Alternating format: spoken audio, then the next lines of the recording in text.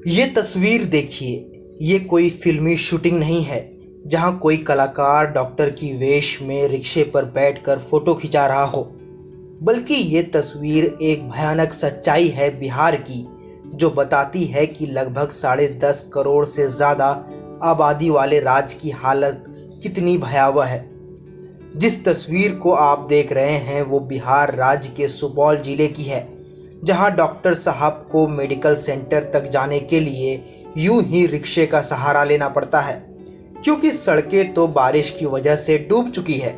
जब रिपोर्टर ने डॉक्टर अमरेंद्र कुमार से पूछा कि आखिर क्यों उन्हें दुनिया भर की इतनी सवारी छोड़कर रिक्शे का सहारा लेना पड़ा, तो डॉक्टर कुमार ने बताया कि पिछले 3 दिनों से सड़कों की हालत ऐसी ही है, लेकिन मरीजों का इलाज करना तो जरूरी है, इसलिए उन्हें जो भी साधन मिल रहे हैं उन्हीं से वो काम चला रहे हैं। दरअसल आप ये सोच रहे होंगे कि इतने बड़े राज्य में अगर एक आध ऐसी घटनाएं घट गई तो आखिर कौन सा पहाड़ टूट गया। लेकिन समस्या ये है कि बिहार जैसे राज्यों में जहां पिछले कुछ महीने पहले तकरीबन 10 लाख से ज़्यादा मजदूर प्रदेश लौट चुके हैं, उस राज्य में कोरोना वायरस की टेस्टिंग पूरे देश भर में सबसे कम हो रही है। अगर आंकड़ों में समझें तो दिल्ली में हर 10 लाख लोगों में 32,000 लोगों की कोविड-19 की टेस्टिंग हो रही है, लेकिन बिहार में हर 10 लाख लोगों में सिर्फ 2,000 की टेस्टिंग की जा रही है। बिहार में कोविड-19 केसेस की बात करें तो ताज़ा आंकड़ों के मुताबिक 20,000 से ज़्यादा लोग कोरोना वायरस से संक्रमित हो चुके हैं, जिनमें 170 लोगों की मौत भी हो चुकी है।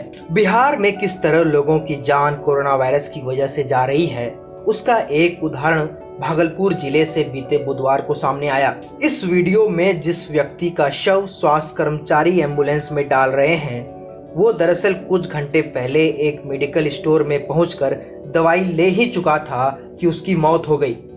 जरा पहले मेडिकल दुकानदार से सुन लीजिए कि आखिर पूरा मामला क्या है। वो हफ्सी का दवाई लेने के लिए आया था, अस्थालीन इनहेलर, उसको हमने दिया। वो हफ्सी का तुरंत अपने मुंह में पंप लिया और पंप लेने के बाद वो थोड़ा देर बैठा और बैठते ही वो गिर गया।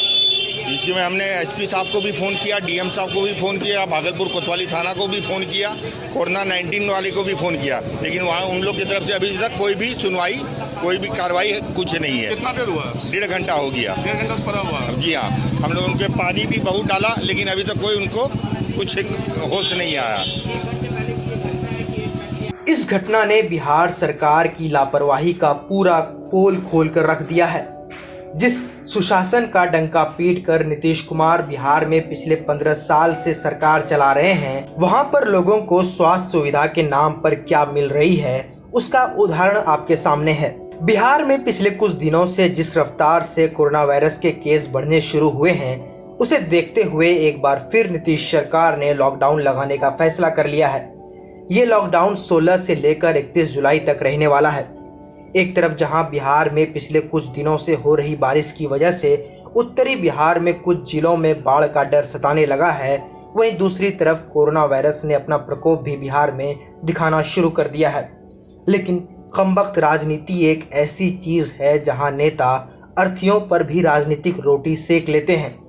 इसीलिए तो पिछले कुछ दिनों से बिहार की सभी राजनीतिक पार्टियां कोविड-19 जैसी बातों को भूलकर चुनावी तैयारी में जुट चुकी है। भले ही बिहार के लोगों की जान कोविड-19 की वजह से जा रही हो, लेकिन आरजेडी, जेडीयू या फिर बीजेपी, कांग्रेस, सभी राजनीतिक पार्टियों को आने वाला विधानसभा चुनाव ही नजर आ रहा है।